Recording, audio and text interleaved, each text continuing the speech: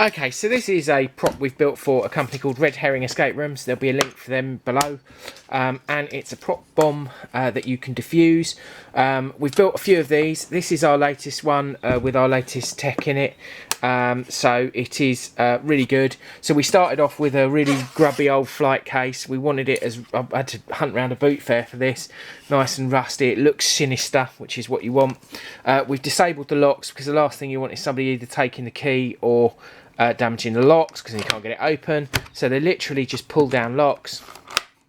When you lift it, you'll see that the device panel is in the back and all the prop workings are in here. One of the things, as you can probably see, is that the fan is actually spinning, and if I put the camera close enough and only hear it, you get like a whir, so it sounds like the prop is alive. The blocks are obviously foam. They're Floris foam, so they're nice and firm and they look the part. Obviously you've got the proper writing and the fact that it's a demolition charge and all the rest of it, so it looks amazing. We filled it right up, so you've got a first one we've done with this, you've got a cylindrical detonator in the middle there with its wires going to it, and then some circuit boards there. Just makes it look nice and sinister and amusing for the people that are looking at it. So the first thing to mention is that we've done something with a key. You can close the lid like that and you can lock it, but you can't close the lid with the key in. The reason is if you lose the key or break the key, we would have to completely replace that piece. It's probably the most expensive piece of the device, so it's deliberately designed so that you have to take the key out. So on the morning that you're setting up, all you need to do is put the key in. If I do that there quickly, 1 second, put the key in quickly and turn it to the on position. This is velcroed in for ease, so you can just pull it, and I do probably need 2 hands really, but as you can see it's done so that it can be taken off because all your settings are here, and I'll run through what's here. So that's the battery for the fan. We've run it separately because you may or may not want the fan on. It depends. It also means it's the only wire they can pull, so it just pulls this. It doesn't destroy any of the interior. The main workings has to run off of 3 heavy-duty batteries which run the speaker and all the other bits and pieces. You've got the individual adjustments for the timing. There's a separate video with everything on here of it actually working, which I'll put up as well that you can see. So when you start off, you flick it onto on. You'll see all the lights come on. Put the board back in, press it firmly. Device activated. So it will now sit at the set state. So this is in your room. Your guests are going to come in. You're going to explain the game to them. They obviously have to decide which wire to cut. Once you're happy that they understand what you've got to do, you turn the key and take the key out.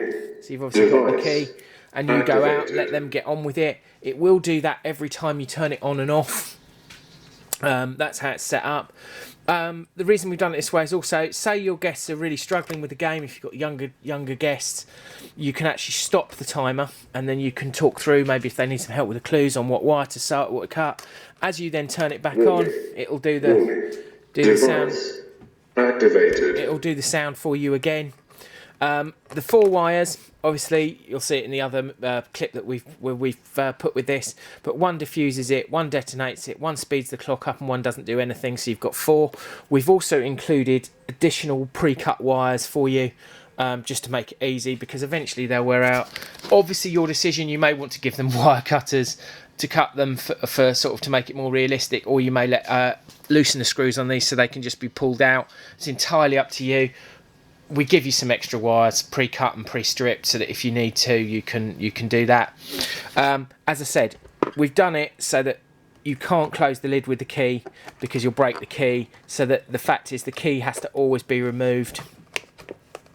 As you can see, I've stopped it on 854, turn it on again and it'll start up. You can stop and start it as many times as you want to. When you complete it, you'll get a series of things. You'll either get an explosion, you'll get told congratulations, you completed the game. So this particular one has an awful lot of extras in it. It has our sound cards in it. It has the louder speaker. It has a lot more to it. As you look at our other listing, you'll see. But this is obviously considerably more money and considerably more work for us. So this is £425 for this particular one. But, you know, if you're running a lock-in room or you want it for an airsoft site, it just looks amazing. It looks the part. We're really pleased with it. We'd like to thank, obviously, Red Herring lock-in rooms for their business, and more importantly, as I say, take a look at how they're going to use it. You'll be able to go and actually play the game eventually. And any questions, please don't hesitate to contact me. We can make these to any size, shape and dimension. We can put more into it, less into it. That's entirely up to you. Obviously, the price varies with what you ask us to do. £425 would obviously be for this setup here with what you've seen. Any questions, please don't hesitate to contact us, and we'd be delighted to help you with your inquiries.